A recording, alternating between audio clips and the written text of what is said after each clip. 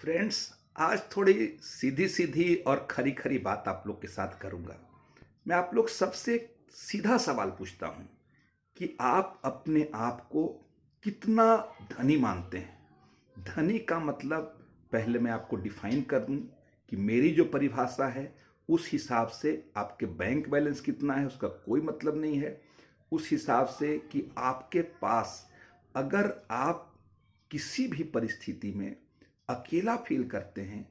कभी ऐसी सिचुएशन हो जाए जब आपको रियली आंसू बहाने का दरकार पड़े, तो कितने लोग हैं जो कि आपके आंखों में गिरे हुए आंसुओं को देख के दुखी होते हैं, और कितने लोग हैं जो आपके साथ उस आंसू को पोंछने में आपके लिए खड़े होते हैं। चूंकि मैं कभी भी रुपये पैसे को धन के तौर पे माना ही नहीं हूँ, चूंकि वो एक ऐसी चीज़ है जिसकी कोई सीमा नहीं है। लेकिन अगर हमारे पास, मैं कुछ पैरामीटर्स आपके साथ शेयर करूँगा जिसको मैं मानता हूँ कि अगर वो हमारा अच्छा है तो शायद हम दुनिया के धनी लोगों की श्रेणी में अपने आप को रख सकते हैं। मेरी नज़र में धनी होने का सबसे बड़ा पैरामीटर है, वो है हमारी हेल्थ कैसी है। अगर हमारी हेल्थ अच्छी है तो हम मानते हैं कि अगर धन कम भी है लेकिन हम ज़्यादा धनी हैं, चूँकि हम किसी भी चीज़ का उपभोग कर सकते हैं, किसी भी जगह पे हम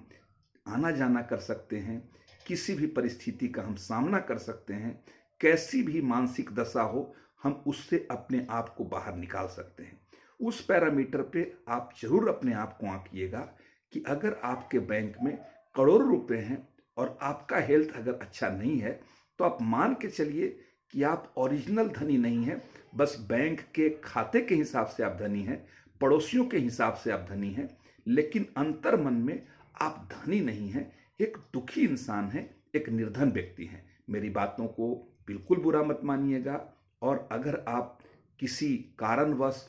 अनहेल्दी हैं तो आप ज़रूर अपने रूटीन को ठीक करके अपने हेल्थ को ठीक करिए, ताकि ज़िंदगी को आप इंजॉय कर सकें, ताकि आपके पास जो भी संसाधन हो उसका भरपूर आप इस्तेमाल कर सकें। दूसरी चीज़ मैं मानता हूँ फैमिली लाइफ। अगर आप बहुत धनी हैं और आपका हेल्थ भी अच्छा है, बट आपके परिवार में शांति नहीं है, आपके परिवार में सामंजस्य नहीं है, आपके परिवार में ईगो प्रॉब्लम है, तो आप मान के चलिए कि आप कितना भी धन संपन्न हैं, लेकिन आप न मानसिक रूप से और न ही मन से आप कभी सुखी हो सकते हैं। तो वैसा धन किस काम का, अगर हमारे आपस के फैमिली में ही सम्मिलित ना हो, अगर हम आपस में ही दिन भर बेचैनी में रहें, आपस में ही दिन भर झगड़े का माहौल हो, तो वैसा धन आपके बैंकों का ही शोभा बढ़ाएगा। कभी भी आप न मानसिक रूप से उस धन का उपभोग कर पाएंगे, और न ही कभी भी आप इस लायक रह पाएंगे कि एक साथ बैठ करके पूरी खुशी के साथ हम खाना भी खा पाएं। तो आप जरूर इस पैरामीटर पे देखिएगा कि आपकी फैमिली लाइफ कैसी है, आप अपने बच्चों को कितना समय दे पाते हैं, आप अपने परिवार के लिए, अपने माता पिता के लिए कितना अवेलेबल हैं, और अगर अवेलेबल हैं तो क्या आप क्वालिटी टाइम बिता पा रहे हैं, या बस रूटीन के हिसाब से अपना कुछ धर्म निभा करके, जैसे जनरली जो आजकल हम लोग फादर्स हैं, वो फादर नहीं है, हम लोग फाइनेंस को प्रोवाइड करने वाले हैं। स्कूल का फी भर दो,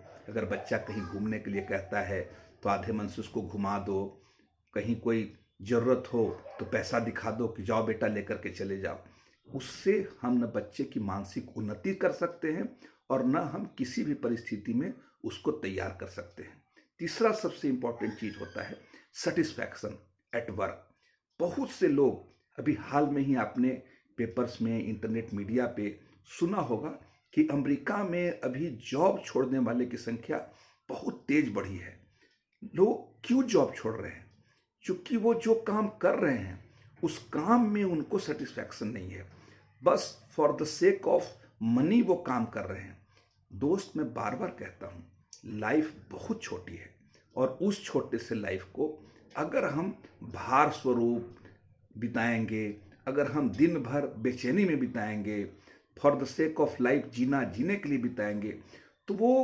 एक एवरेज लाइफ तो होगा ही होगा, उसके साथ साथ कभी भी जिंदगी का जो पैशन है, जो आपके अंदर की ऊर्जा है, वो उस डायरेक्शन में ही जा पाएगी। जो आपकी पोटेंशियल है, उस पोटेंशियल के हिसाब से आप अपने आप को अपग्रेड नहीं कर पाएंगे। अगर आप अपने मन के लायक जॉब नहीं कर पा रहे हों, मन के लायक काम नहीं कर पा रहे हों, तो जरूर विचार कीजिएगा कि क्या जिस भी प्रोफेशन में आप हैं, उस प्रोफेशन में आप मानसिक रूप से उस प्रोफेशन के साथ हैं क्या? अगर नहीं है तो मैं फिर से कहूँगा, अपने अंदर के साहस को विकसित कीजिए और अपने पैशन को एक्सप्लोर कीजिए। आज के समय में हर व्यक्ति जिसके अंदर में जो पैशन है उसको कॉमर्शियलाइज कर सकता है। बस ज़रूरत है अपने हुनर को पहचानने की, ज़रूरत है उसको कॉमर्शियलाइज करने की, सही प्लेटफॉर्म पे लाने की। चौथी चीज़ जो मैं मानता हूँ वो है हमारा स्पिरिचुअल लाइफ कैसा है। बहुत टाइम आप देखे होंगे पैसा कमाने की होड़ में हम लोग कहीं ना कहीं जो परमेश्वर है, जिसकी दी हुई अनमोल कीर्ति है, उस कीर्ति को हम याद करना भूल जाते हैं। परमेश्वर कभी नहीं कहते हैं कि दिन भर बैठ करके मेरे लिए घंटी बजाओ। परमेश्वर का दिया हुआ सबसे बड़ा उपहार ये होता है कि अगर शरीर हमको उन्होंने दिया है तो सोसाइटी को हम क्या लौटाते हैं। आपने सुना होगा यूरोप में एक रेस्टोरेंट है जहाँ पे हर व्यक्ति जो सक्षम व्यक्ति होता है वो एक कॉफ़ी लेता है और दूसरे कॉफ़ी का दाम भी चुका देता है, और वहाँ एक स्टिकर मिलता है जिसको वो स्टिकर साट देता है। वहाँ पे जिस व्यक्ति में अफोर्ड करने की क्षमता नहीं होती है वो व्यक्ति उस स्टिकर को लेकर के जाता है और उसको भी कॉफ़ी मिलती है। चीज़ दोस्त बहुत छोटी है, लेकिन एक कल्चर डेवलप करता है कि सोसाइटी में अगर हम कुछ अर्न कर रहे हैं तो हमारी अर्निंग का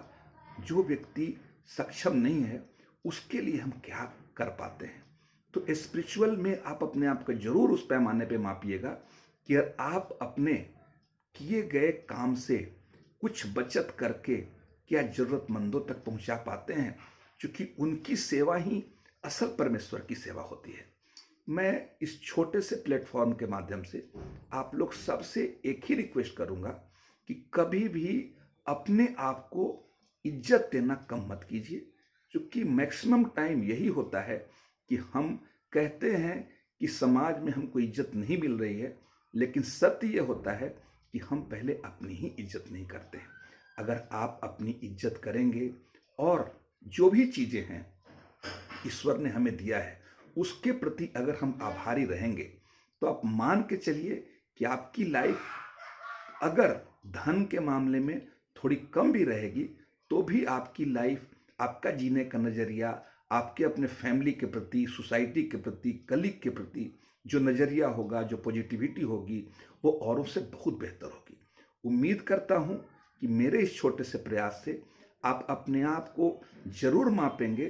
कि लाइफ में सचमुच हम धनी अगर हैं तो किस पैरामीटर पे धनी हैं। एक और चीज़ मैं चलते चलते आपको जोड़ दूं कि बहुत टाइम आप देखे होंगे फिजिकल अपीयरेंस, बहुत लोगों का फिजिकल अपीयरेंस, जैसे बेचारे दिव्यांग होते हैं, किन्हीं के कुछ पैर में मोच होती है, और अगर आप स्वस्थ हैं, अगर आप फिजिकली फिट हैं तो मान के चलिए कि आप बहुत धनी हैं।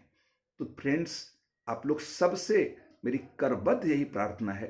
कि इस छोटे से जीवन को खूब सेटिस्फैक्शन के साथ जी लीजिए, और जो भी चीज़ें आपके पास है उसके लिए ईश्वर के प्रति आभारी बनिए, और आप यूनिक हैं ये मान के चलिए, और ये भरोसा रखिए कि जिस परमेश्वर की आप संतान हैं वो परमेश्वर कभी भी आपका अहित नहीं सोच सकता है। और अगर आप उन पर भरोसा रखेंगे तो आप कभी भी अपने आप को अकेले महसूस नहीं करेंगे और जिंदगी को पूरी शिद्दत के साथ आप जिएंगे। मैं बार बार कहता हूँ, लाइफ की वैलिडिटी कार्ड बहुत ही अनिश्चित है, इसलिए इसको हर दिन लास्ट डे के हिसाब से जी लीजिए, खुल के जी लीजिए, लोगों की मदद करने में बिताइए, अपने आप को अपग्रेड करने में बिताइए, और सबसे इम्पॉर्टेंट चीज़ है जो है उसके लिए शुक्रगुजार बनिए। उम्मीद करता हूँ कि मेरा ये छोटा सा प्रयास अगर आपको अच्छा लगेगा और अपने जीवन में कुछ परिवर्तन करने का मौका देगा, और आप अगर परिवर्तित होंगे तो मुझे लगेगा कि मेरा प्रयोजन सिद्ध हुआ। बहुत बहुत शुक्रिया, थैंक यू, आदाब।